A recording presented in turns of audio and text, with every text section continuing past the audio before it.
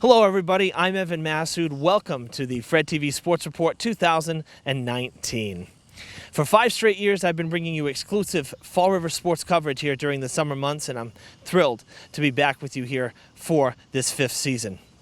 You know, during the school year, I get to broadcast all the local games, and it's a lot of fun, but it's a nice change to take off the headset and pick up the microphone for a couple months.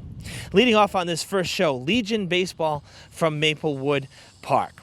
While the hometown boys haven't had the best success this season, at least record-wise, it's great to be able to say that Post 464 is back after a 1-year layoff. We'll take a look at highlights from Monday's game. The boys had 4 games in 5 days this week, a busy schedule to wrap up the regular season.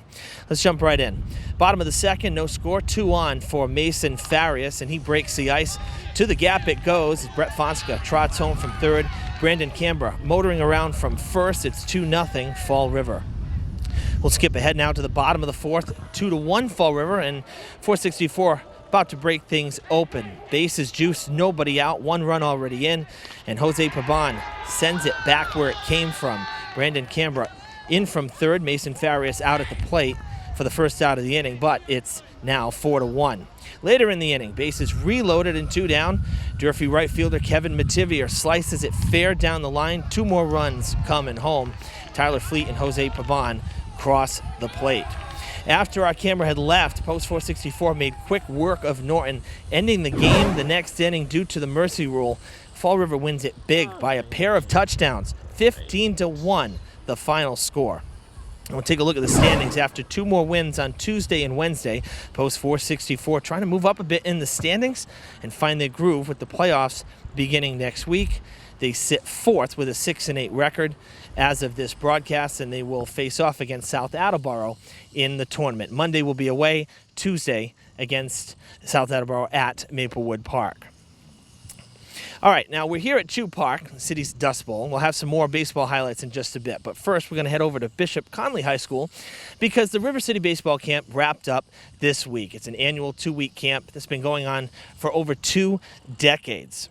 Don Schwinnard has spent his life around baseball. Heck, you could live under a rock and still know who Don Schwinnard is. And that only speaks volumes to what a great coach and mentor he is. He's got a great sense of humor, too, often joking that he still holds the record for most losses in the history of the state. Well, all kidding aside, Coach knows this sport like the back of his hand, and it's his hope that the young prospects attending camp will not only learn a few things, but maybe they'll follow in his footsteps as well. Baseball's a game of repetition, and they don't really get to do that at home. Here they do for the week or 2 weeks if they come. So it's a game of repetition, and we repeat, and their skills improve. I've been doing it all my life since I was in my early 20s, and I'll do it as long as I can. And we'll be here as long as we get kids that want to play. Don and fellow coach Ted Regan conceptualized this camp decades ago on a bus ride home, no less, and it's been a hit ever since. Numbers were a bit down this year, but the show must go on either way. Braden Buston, fresh off his senior year at Durfee, is coaching this year with his dad, Durfee Athletic Director Brad Buston. I first interviewed Braden when he was only in middle school. Now on the cusp of higher education, he has come full circle. Camp has been a huge reason why I love baseball. I mean, all the coaches, they love the game of baseball. They make it fun. And it's just given me a real purpose just to play the game and to have fun. And now that I'm able to teach these young kids, because all these young kids are great kids. They all love baseball. They all love the game. They all have talent. And it's cool to watch, to help them develop as players. And it's just really cool to be a part of this now and being part of the coaching staff. Every day ends with a question of the day, and the winner gets a shiny new baseball. This camp is for kids ages 6 to 18, and it runs about 4 hours a day, Monday through Friday, for 2 weeks each summer. As I always say about these clinics and camps, if you missed it, be sure to take advantage next time. They're so invaluable to up-and-coming players. All right, as I said, more baseball from right here at Chew Park. I love to call this place the City Dust Bowl because it really is truly that. But there's been some great baseball that we've seen here over the last 7 seasons that I've covered, and we are the only local station to cover Fribble or Fall River Independent Baseball League here in the city. So we're really proud of that here at FREDTV, and I'm thrilled to bring you our 8th season of coverage from Chew Park. And what a better way than to lead it off with two of the top 3 teams in the standings. The up-and-coming Rockies are really a young team, but they got some great talent, comprised of mostly Durfee, Conley, and Diamond players. In fact, many of these guys were on the same Legion team that made it to the championship round in 2015. So really, they got a strong base. Now on the other side, though, perennial favorites, the Somerset Braves. A lot of veterans there, and they're no strangers to big games. They've been in the playoffs every season I've covered the league. Dating back, though, to last season, the Rockies have taken the last 3 games that they've faced the Braves, and they got off to the fast start. Bottom 2, former Durfee catcher Zach Souza has been hot as the sun this summer, and that continues here. A solo shot to left to lead off the second, one of the deepest home runs to left center we've seen here on FREDTV. Souza puts the Rockies on the board.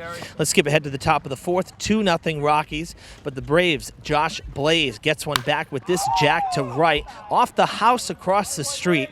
Hope no one was sleeping yet. A leadoff big fly cuts the lead in half. It's now 2-1. Now later in the inning, Braves with a tying run at second. The delayed steal does not work out as Zach Souza guns down Alex Knevy at third. Souza getting it done with the glove and the bat. We'll move to the bottom half of the inning. Leadoff man again. Are we noticing a theme here? Japheth Richards with the bomb of the night. Deep, far, and into the Fall River night. If you blinked, you missed it. Rockies get the 2-run cushion back. It's 3-1. They weren't done. 2 batters later, Mitch Walsh at the plate with a man at second. Still nobody out. He drives it deep to center. Quickly over the head of the speedy Adam Crisafulli. Jaron Vieira comes in from second. Walsh trades places with him on the RBI double. It's 4-1. Brian Quinn was solid in 4 innings that we saw.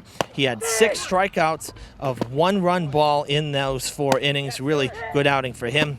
The Rockies get the best of the Braves for the 4th straight time, 11-5, the final score. And this was a big win for the Rockies because not only did they unseat the Braves from second place and move up in the standings, they also clinched the season series against the Braves, having won each of the first 2 games, with just 1 head-to-head matchup left before the playoffs. That one's coming up on July 31st, and we'll look forward to that one in a couple of weeks. Meantime, we'll have more great stuff for you on next week's show. I hope you enjoyed this first week. It's kind of a bit of a taste of what you'll get throughout these summer weeks. For now, reporting from Chew Park, I'm Evan Massoud. We'll see you next Friday.